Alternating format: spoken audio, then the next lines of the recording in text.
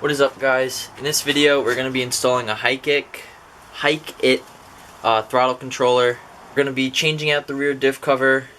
I'm going to be changing the fluids out in the front diff cover but leaving it, but just repainting it, and putting in fog lights that should match the headlights we have on right now. I guess we'll start doing the Hike-It controller, so let's get started on that. Alright, so it's time to install this Hike-It X9 throttle controller. I'll just let you know what it comes with. So I already opened it before this. I put the black face plate on. It usually comes white. And I took the decal out of the box because I'm going to put it on my hard top. But it comes with the little module, and then there's the screen, and some zip ties, and it looks like just some directions.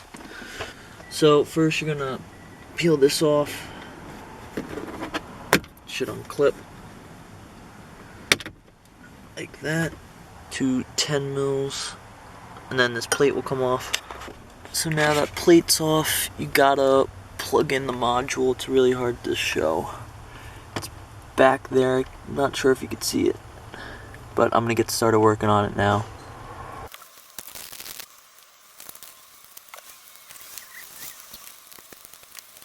After wrestling with the plug on top of the actual pedal itself, got it in, put this plate back in.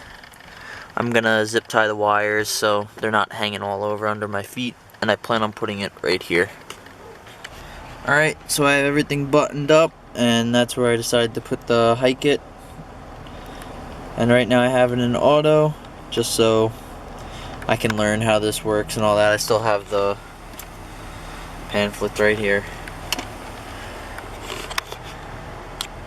And now on to the next thing. These are the fog lights. We're going to get started with these now. These are the anti-flicker harnesses. Had an adapter because these are a knockoff of the OEM LED fog lights. I think they look really good. Also, they would match the headlights I have on now. So I needed an adapter for that because apparently these will flicker if you didn't get the LED package, and this wasn't... I don't think this Jeep was new enough to even have the LED package optioned into it because it's only a 2015, and I believe they did it in 2017 they started with the LED package. So I'm going to have to take off that little plastic, I don't even know, skid plate, rain guard, I don't know. So we'll start taking those clips out for it.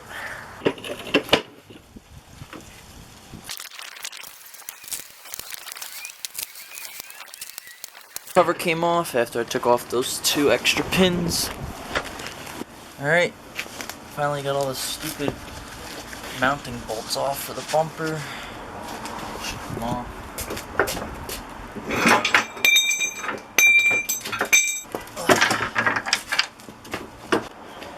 So these are the Phillips I have to take out. There's 4 on each side.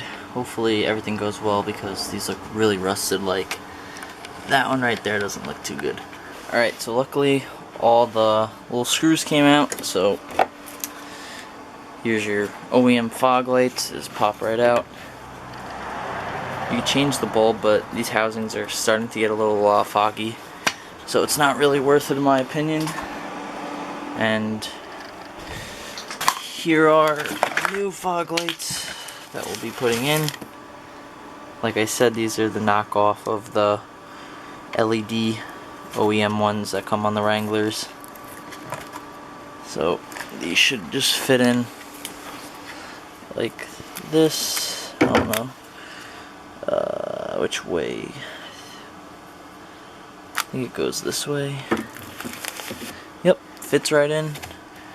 Don't always listen to what the website says because it says it doesn't fit on these bumpers, but I know from previous experience that they do, as you can tell. Alright, so I have the flicker harnesses in. I usually just put them in this little bracket right here. That's what I did to my JKU when I still had the stock bumper. They don't really move, you don't really hear them. Those are the plugs. I'll put these back into the bumper, and I'll show you guys that everything's bolted up. Well, I discovered something weird. They would not work when you had the anti-flicker harness on. and then when I just plug them in directly from the fog light OEM harness, they work. So I'm gonna see how they do without the flicker for now. If they end up flickering, I'll probably try and find another harness, which is weird because those work. I tested them on that last night. So I'm gonna finish putting back on the bumper and all the wires. Alright, so all buttoned up, all plugged in, look really good. I have the grill off because I'm gonna have to wait till it gets dark to align my headlights because they were too high up. I did 6 turns to the left. It brought them down pretty good, but I'm gonna wait till it gets dark out so I don't have to take the grill off again. But yep, I'll get a video later to show you how bright they are, since I'll be messing with the headlights. Alright, so I'm using my iPhone for this, so the camera quality will look a little different. As you can see, they're very bright. I adjusted my headlights a few turns down, so now they're straight. For some reason, the fog lights are at like a higher height than my headlights, so I'm gonna see if that little screw on the back is to adjust them down, because it's like ridiculous. It's blinding. But just wanted to show you guys what it looked like. I'm gonna put the grill on, and I guess we'll start working on the diff now. Alright, now we're gonna be working on the diff cover. I got the garage heating up right now because it's like 30 degrees out. I'm gonna clear a spot for it, and this is what I have so far. Just some brake cleaner, because they usually come with a bunch of metal specks on it and just dirty. And so I decided to go with matte clear coat. They did it on Light Bright's Jeep, and it looked pretty cool. And this is the diff cover, Motobilt diff cover. I am hoping that it fits with the stock track bar, since I'm still on stock suspension. And yeah, I'm gonna start working on it now.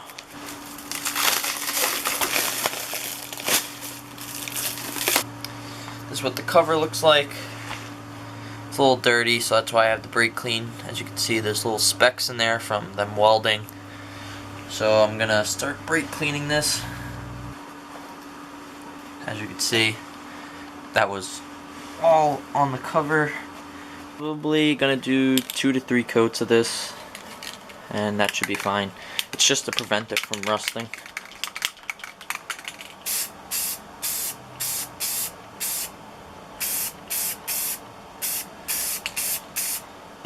Well, this is going to be more of a pain in the butt since the car is so low, but we'll make it work.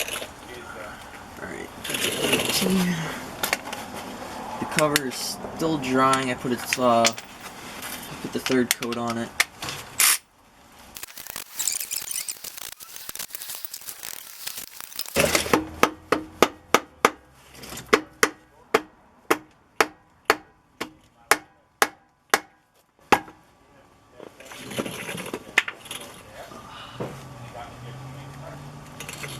I really hope those aren't metal shavings.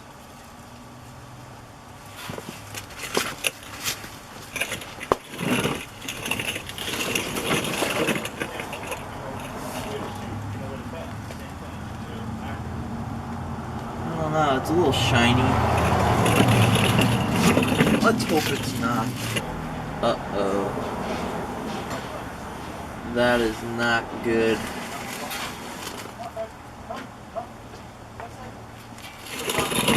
In the last clip, some of my teeth on my spider gears are chipped, so I went inside and did some research. Okay, to explain what happened in the last clip, took the cover off, drained the fluid, noticed there were some metal shavings in it, and I looked at the spider gears and there's some chips on them. I have a video on my phone. I'm not sure if I filmed it in the correct landscape, so it might be a little weird, but here it is.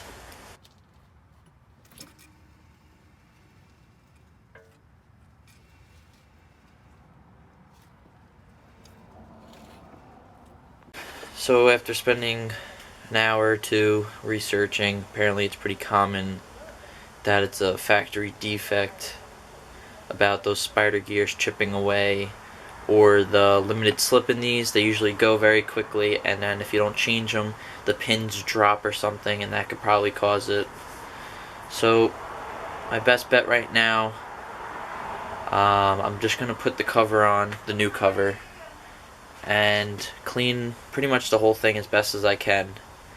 Put the new fluid in and just see what happens for now, because getting the freaking gasket maker on the cover, it's coming out like a snail. I don't know if it's because it's cold or what, but it's taking forever. That's all good. I'm probably gonna do a little bit around each hole just to be safe.